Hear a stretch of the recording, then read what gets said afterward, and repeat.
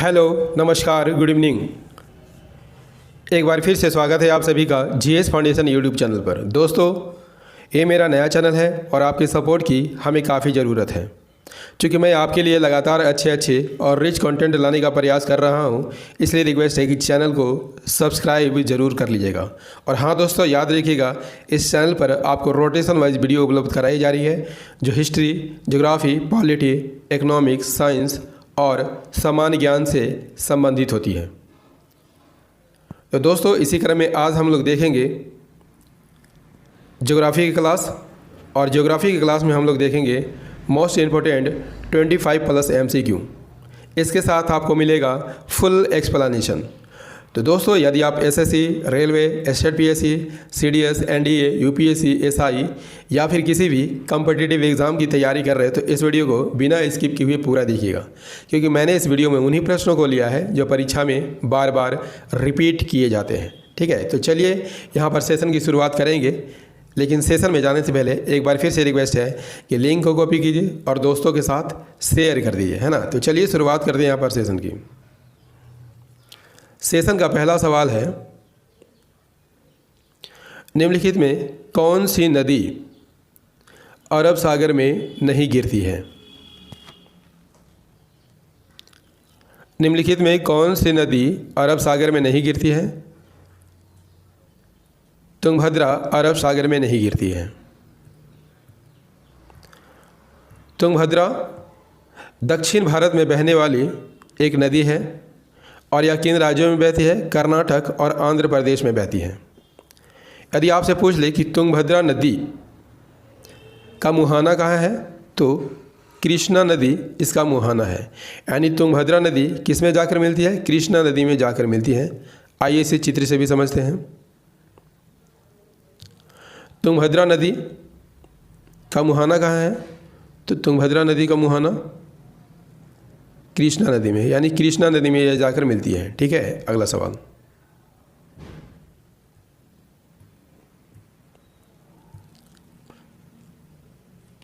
दूसरा सवाल है, उत्तर भारत के विशाल मैदान यानी गंगा के मैदान और दक्कन के पठार के बीच किस पर्वत श्रृंखला द्वारा विभाजन किया जाता है?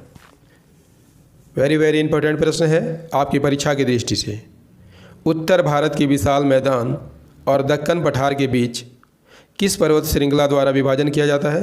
यहाँ सही आंसर हो जाएगा ऑप्शन बी, विंध्य पर्वत श्रृंखला द्वारा विभाजन होता है। विंध्य पर्वत मध्य पश्चिम भारत में स्थित है। कहाँ स्थित है? मध्य पश्चिम भारत में स्थित है और यह गंगा के मैदान को दक्कन के पठार से अलग करती है। विंध्य पर्वत श्रृंखला मुख्य रूप से मध्य प्रदेश, उत्तर प्रदेश, छत्तीसगढ़ और गुजरात में स्थित है। आइए इसे चित्र से भी देखते हैं।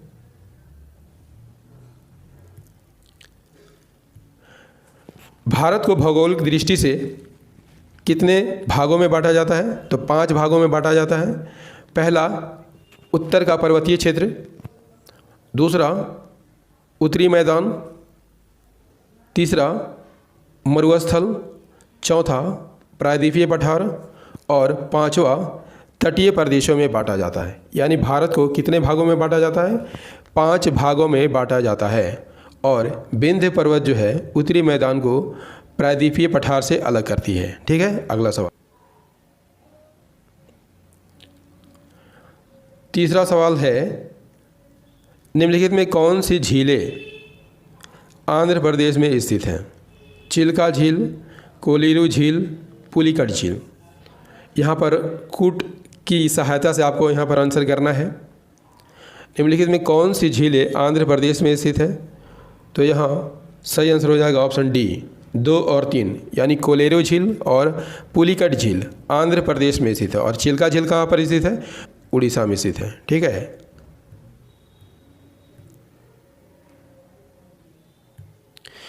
आंध्र प्रदेश में स्थित कोलेरू झील भारत की सबसे बड़ी झीलों में से एक है और यह किन 2 नदियों के डेल्टा के बीच स्थित है? कृष्णा और गोदावरी डेल्टा के बीच स्थित है। पुलिकट झील चिल्का के बाद भारत की दूसरी सबसे बड़ी लैगून झील है। लैगून झील क्या होता है? जब एक बड़ी जल राशि किसी स्थल भाग में प्रवेश करके अलग हो जाती है तो इसी को लैगून झील कहा जाता है। ठीक है, चित्र के माध्यम से हम लोग भारत के प्रमुख झीलों को देखेंगे। तो सबसे पहले जम्मू कश्मीर के झीलों को देखते हैं। तो जम्मू कश्मीर में 2 झीलें मुख्य हैं, वुलर झील और डल झील। राजस्थान में सांभर झील और राजसमंद झीलें आती हैं। लोनार झील कहाँ पर है? महाराष्ट्र में। वेम्बनाथ झील और अष्टमुदी झील केरल में। पुलिकट और कोलेरू झील आंध्र प्रदेश में। पुलिकट झील जो है आंध्र प्रदेश और तमिलनाडु की सीमा पर स्थित है। चिल्का झील उड़ीसा में स्थित है। लोकतक झील काफ़ी इम्पोर्टेंट है, मणिपुर में स्थित है। और सात ताल झील कहाँ पर स्थित है? उत्तराखंड में है। दोस्तों याद कर लीजिएगा, जितने भी ताल वाली झीलें हैं वे सभी उत्तराखंड में मिलती हैं, और जितनी नाग वाली झीलें हैं, ठीक है, वे कहाँ पर मिलती है? जम्मू कश्मीर में मिलती हैं। ठीक है, अगला सवाल।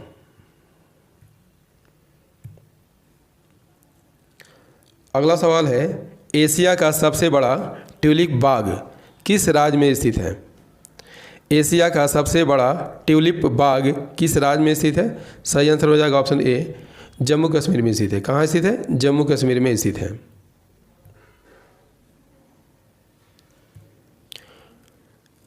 Indira Gandhi memorial tulip garden कहाँ पर स्थित है? जम्मू कश्मीर के श्रीनगर में स्थित है, और ये एशिया का सबसे बड़ा ट्यूलिप गार्डन है। और यह कितने क्षेत्र में फैला हुआ है? 30 एकड़ क्षेत्र में फैला हुआ है। और इसे कब खोला गया था? 2007 में खोला गया था। ठीक है, नेक्स्ट सवाल कर लेते हैं। 5वां सवाल क्या कहता है? 5वां सवाल है, शीतकाल में उत्तर भारत में बारिश का मुख्य कारण क्या है? शीतकाल में उत्तर भारत में बारिश का मुख्य कारण है, सही आंसर हो जाएगा पश्चिम विक्षोभ। पश्चिम विक्षोभ कहाँ पर उत्पन्न होता है? भूमध्य सागर में उत्पन्न होता है, और यह भारत और पाकिस्तान के में वर्षा कराने के लिए सहायक होता है। बढ़ते हैं नेक्स्ट सवाल की ओर। 6ठा सवाल है, लूनी नदी स्थित जवाई बांध किस राज्य में स्थित है? लूनी नदी स्थित जवाई बांध किस राज्य में स्थित है? सही आंसर हो जाएगा राजस्थान में स्थित है। कहाँ स्थित है? राजस्थान में स्थित है। जवाई बांध किस नदी पर है? जवाई नदी पर है, और यह राजस्थान में स्थित है। जवाई नदी किसकी सहायक नदी है? लूनी की सहायक नदी है। इस बांध की क्षमता कितनी है? 7,887.5 मिलियन क्यूबिक फीट इसकी क्षमता है, और इसके अंतर्गत 1,02,315 एकड़ का क्षेत्र आता है। नेक्स्ट सवाल कर लेते हैं। 7वां सवाल है, एशिया के पहले जल विद्युत ऊर्जा स्टेशन शिव समुद्रम की स्थापना कब की गई थी? वेरी वेरी इंपॉर्टेंट सवाल है दोस्तों। इस सवाल परीक्षा में बार बार रिपीट किया जाता है। ठीक है, एशिया के पहले जल विद्युत ऊर्जा स्टेशन शिव समुद्रम की स्थापना कब की गई थी? सही आंसर हो जाएगा 1902 में हुई थी। शिव समुद्रम जल विद्युत परियोजना एशिया की सबसे पहली जल विद्युत परियोजना है, और इसकी स्थापना कब हुई थी? 1902 में हुई थी। नेक्स्ट सवाल। अगला सवाल है, भारत का केंद्रीय शीशा और सेरामिक अनुसंधान संस्थान किस स्थान पर स्थित है?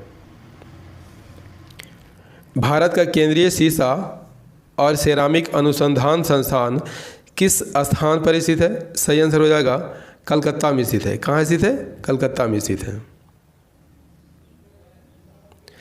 केंद्रीय शीशा और सेरामिक अनुसंधान संस्थान पश्चिम बंगाल के कलकत्ता में स्थित है। यदि आपसे पूछ ले कि इसकी स्थापना कब हुई थी? 1950 में इसकी स्थापना की गई थी। अगला सवाल।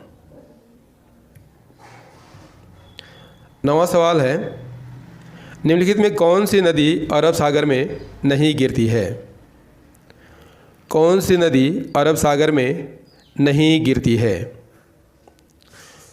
तो यहाँ पर देख लेते हैं, नर्मदा अरब सागर में गिरती है, ताप्ती अरब सागर में गिरती है, साबरमती भी अरब सागर में गिरती है, तो गोदावरी अरब सागर में नहीं गिरती है।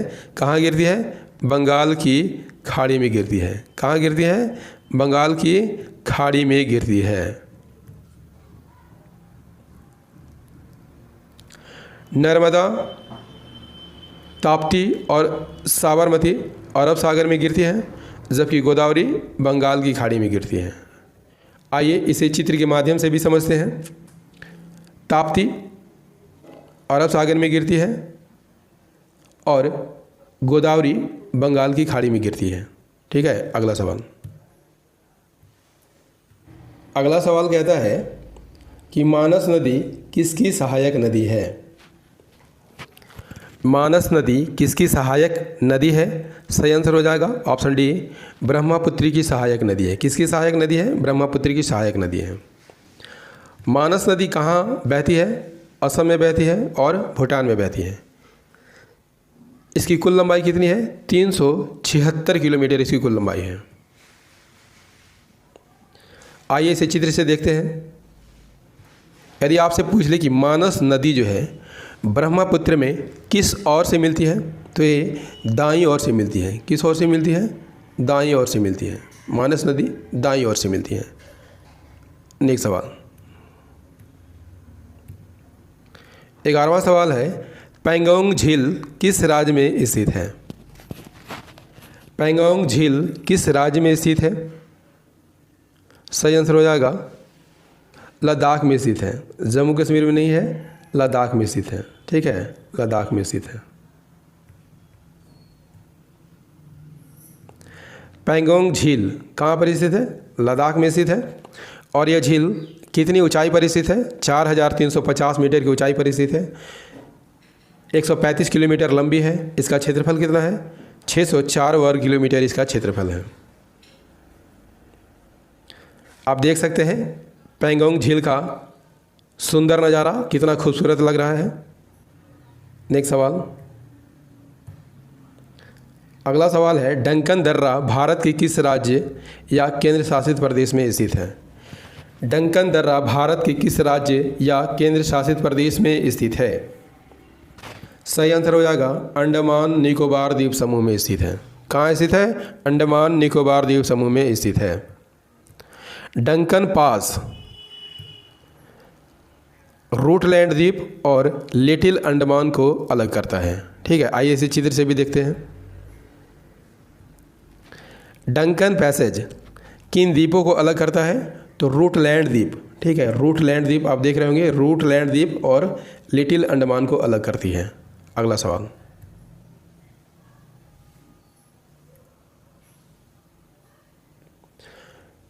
तेरहवां सवाल क्या कहता है? इंदिरा गांधी नहर के लिए पानी किन नदियों से आता है? इंदिरा गांधी नहर के लिए पानी किन नदियों से आता है? सही आंसर हो जाएगा सतलज और ब्यास नदी से आता है। कहाँ से आता है? सतलज और ब्यास नदी से इंदिरा गांधी नहर के लिए पानी आता है। इंदिरा गांधी नहर भारत का सबसे बड़ा प्रोजेक्ट है। इस नहर को कहाँ से निकाला गया है? हरिके बांध से निकाला गया है। कहाँ से निकाला गया है? हरिके बांध से निकाला गया है। और यह जो नहर है राजस्थान के थार मरुस्थल में समाप्त हो जाती है। इस नहर का पहला स्टेज कब पूरा किया गया था? 1983 में पूरा किया गया था। यदि आपसे पूछ ले कि इस नहर की लंबाई कितनी है? 649 किलोमीटर इस नहर की लंबाई है। नेक्स्ट सवाल, 14वां सवाल है, निम्नलिखित में से कर्क रेखा किस राज्य से होकर गुजरती है? कर्क रेखा किस राज्य से होकर गुजरती है? ये ऐसा सवाल है जो परीक्षा में बार बार पूछे जाते हैं। ठीक है, काफ़ी इम्पोर्टेंट सवाल है। कर्क रेखा किस राज्य से होकर गुजरती है? सही आंसर हो जाएगा ऑप्शन डी, मध्य प्रदेश से होकर गुजरती है। कर्क रेखा यदि आपसे पूछ ले भारत की कितने राज्यों से होकर गुजरती है? 8 राज्यों के से होकर गुजरती है। वे राज्य कौन कौन है? तो वे राज्य गुजरात, राजस्थान, मध्य प्रदेश, छत्तीसगढ़, झारखंड, पश्चिम बंगाल त्रिपुरा और मिजोरम, इन 8 राज्यों से होकर कर्क रेखा भारत से गुजरती है। अगला सवाल। अगला सवाल है, माही नदी किस में जाकर मिलती है? माही नदी किस में जाकर मिलती है? सही आंसर हो जाएगा खंभात की खाड़ी में जाकर मिलती है। कहाँ मिलती है? खंभात की खाड़ी में जाकर मिलती है। माही नदी मध्य प्रदेश में कहाँ से निकलती है? विंध्य पर्वत श्रृंखला से निकलती है और मध्य प्रदेश, राजस्थान और गुजरात में बहती है। इन राज्यों में बहने के बाद खंभात की खाड़ी में गिरकर कहाँ मिल जाती है? अरब सागर में मिल जाती है। इस नदी की कुल लंबाई की बात कर लेते हैं तो इस नदी की कुल लंबाई 580 किलोमीटर है। माही नदी कहाँ से निकलती है? मेरुत झील से निकलती है और उत्तर पश्चिम की ओर बहते हुए खंभात की खाड़ी में गिर जाती है। ठीक है, कहाँ गिरती है? खंभात की खाड़ी में गिर जाती है। इसकी कुल लंबाई कितनी है? 576 किलोमीटर इसकी कुल लंबाई है। यदि आपसे पूछ ले दोस्तों कि वह भारत की कौन सी नदी है जो कर्क रेखा को 2 बार काटती है, तो वो माही नदी ही है जो कर्क रेखा को 2 बार काटती है। इस फैक्ट को भी आप याद कर लीजिएगा, परीक्षा में प्रश्न पूछा जाता है। अगला सवाल, 16वां सवाल है, निम्नलिखित में से किस राज्य का जनसंख्या घनत्व सबसे कम है? किस राज्य का जनसंख्या घनत्व सबसे कम है? सही आंसर हो जाएगा ऑप्शन ए, अरुणाचल प्रदेश का जनसंख्या घनत्व सबसे कम है। अरुणाचल प्रदेश का जनसंख्या घनत्व कितना है? 17 व्यक्ति प्रति वर्ग किलोमीटर। ठीक है, प्रति किलोमीटर नहीं होगा, प्रति वर्ग किलोमीटर होगा। जबकि अरुणाचल प्रदेश का कुल क्षेत्रफल कितना है? 83,743 वर्ग किलोमीटर। ठीक है, नेक्स्ट सवाल। 17वां सवाल क्या कहता है? निम्नलिखित में कौन सी नदी दक्षिण भारत की सबसे बड़ी और चौड़ी नदी है? कौन सी नदी दक्षिण भारत की सबसे बड़ी और चौड़ी नदी है? सही आंसर हो जाएगा गोदावरी नदी। गोदावरी नदी गंगा के बाद भारत की दूसरी सबसे लंबी नदी है और यह कहाँ से निकलती है? महाराष्ट्र के त्र्यंबकेश्वर पहाड़ी से निकलती है और महाराष्ट्र, तेलंगाना, छत्तीसगढ़ और आंध्र प्रदेश, पांडिचेरी, ओडिशा से होकर गुजरती है। इसकी कुल लंबाई कितनी है? 1465 किलोमीटर इसकी कुल लंबाई है। 18वां सवाल, भारत में तेंदुपत्ता का सर्वाधिक उत्पादन किस राज्य द्वारा किया जाता है? भारत में तेंदुपत्ता का सर्वाधिक उत्पादन किस राज्य द्वारा किया जाता है? मध्य प्रदेश द्वारा किया जाता है। किस राज्य द्वारा किया जाता है? मध्य प्रदेश द्वारा किया जाता है। तेंदुपत्ता का उपयोग किस में किया जाता है? तो इसका उपयोग बीड़ी बनाने के लिए किया जाता है। ठीक है, अगला सवाल 19वां सवाल है, निम्नलिखित में कौन सी नदी राजस्थान से उत्पन्न होकर गुजरात में विलुप्त हो जाती है? कौन सी नदी राजस्थान में उत्पन्न होकर गुजरात में विलुप्त हो जाती है? सही आंसर हो जाएगा लूनी नदी है, जो राजस्थान में तो उत्पन्न होती है लेकिन गुजरात में कच्छ केरन में विलीन हो जाती है। लूनी नदी कहाँ से निकलती है? पश्चिमी राजस्थान से निकलती है और यह अरावली श्रृंखला में अजमेर के निकट पुष्कर से निकलती है। इसकी लंबाई कितनी है? 530 किलोमीटर और 530 किलोमीटर बहने के बाद यह नदी गुजरात के कच्छ केरन में विलुप्त हो जाती है। नेक्स्ट सवाल, अगला सवाल है, अंटार्कटिका में भारत की पहली बस्ती दक्षिण गंगोत्री किस वर्ष बर्फ में दब गई थी? अंटार्कटिका में भारत की जो पहली बस्ती बसाई गई थी दक्षिण गंगोत्री किस वर्ष बर्फ में दब गई थी? सही आंसर हो जाएगा 1989 में दब गई थी। दक्षिण गंगोत्री की स्थापना कब की गई थी? 26 जनवरी 1984 को और 1989 में बर्फ़ में डूब जाने के कारण 25 फरवरी 1990 को इसे बंद कर दिया गया था। ठीक है, नेक्स्ट सवाल। अगला सवाल है, राष्ट्रीय केमिकल प्रयोगशाला किस स्थान पर स्थित है? सही आंसर हो जाएगा ऑप्शन सी, पुणे में स्थित है। कहाँ स्थित है? पुणे में स्थित है। राष्ट्रीय केमिकल प्रयोगशाला कहाँ स्थित है? पुणे में स्थित है। इसकी स्थापना कब की गई थी? 1950 में की गई थी और यह लेबोरेटरी CSIR के अंतर्गत कार्य करती है। CSIR का फुल फॉर्म क्या होता है, आप कमेंट में बताइएगा। 22वां सवाल है, सुंदरवन निम्नलिखित में से किस प्रकार के वन का उत्तम उदाहरण है? सुंदरवन निम्नलिखित में से किस प्रकार के वन का उत्तम उदाहरण है? सही आंसर हो जाएगा ज्वारीय वन का उदाहरण है। ज्वारीय वन गंगा, महानदी, गोदावरी और कृष्णा नदी के डेल्टा में स्थित है और इन वनों में मैंग्रोव वन पाए जाते हैं। ठीक है, नेक्स्ट सवाल। अगला सवाल है, निम्नलिखित कथनों पर विचार कीजिए। सतलज, सिंधु, घाघरा, उपरोक्त में से कौन सी नदी तिब्बत से निकलती है?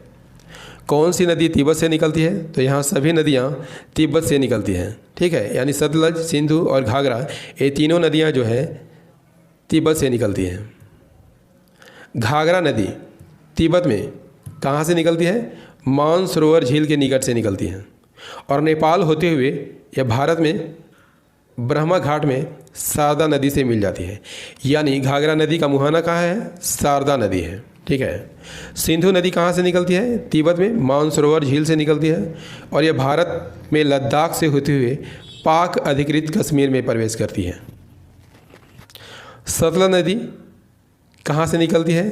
तिब्बत में कैलाश पर्वत श्रृंखला से निकलती है और यह भारत में हिमाचल प्रदेश के किनारे शिवकिला दर्रे में प्रवेश करती है और कहाँ मिलती है? सिंधु नदी में मिल जाती है। 24वां सवाल क्या कहता है? सिंधु नदी किस पर्वत श्रेणी से निकलती है? किस पर्वत श्रेणी से निकलती है सिंधु नदी? सही आंसर हो जाएगा ऑप्शन सी, कैलाश श्रेणी की उत्तरी ढलान से निकलती है। कहाँ से निकलती है? कैलाश श्रेणी की उत्तरी ढाल से निकलती है। सिंधु नदी कैलाश श्रेणी की उत्तरी ढलान से निकलती है। कहाँ से निकलती है? मानसरोवर झील के निकट से निकलती है और यह तिब्बत होते हुए भारत में प्रवेश करती है और इसके बाद कहाँ जाती है? पाकिस्तान में चली जाती है। 25वां सवाल है, बेतला राष्ट्रीय उद्यान किस राज्य में स्थित है? बेतला राष्ट्रीय उद्यान किस राज्य में स्थित है? सही आंसर हो जाएगा झारखंड में स्थित है। कहाँ स्थित है? झारखंड में स्थित है। और झारखंड के किस जिले में स्थित है? यदि आपसे पूछ ले, लातेहार जिले में स्थित है। यह राष्ट्रीय उद्यान विभिन्न प्रकार के पक्षियों के लिए प्रसिद्ध है। और हाँ, याद रखिएगा दोस्तों, यहाँ पर सबसे पहले 1932 में बाघ की जनगणना हुई थी।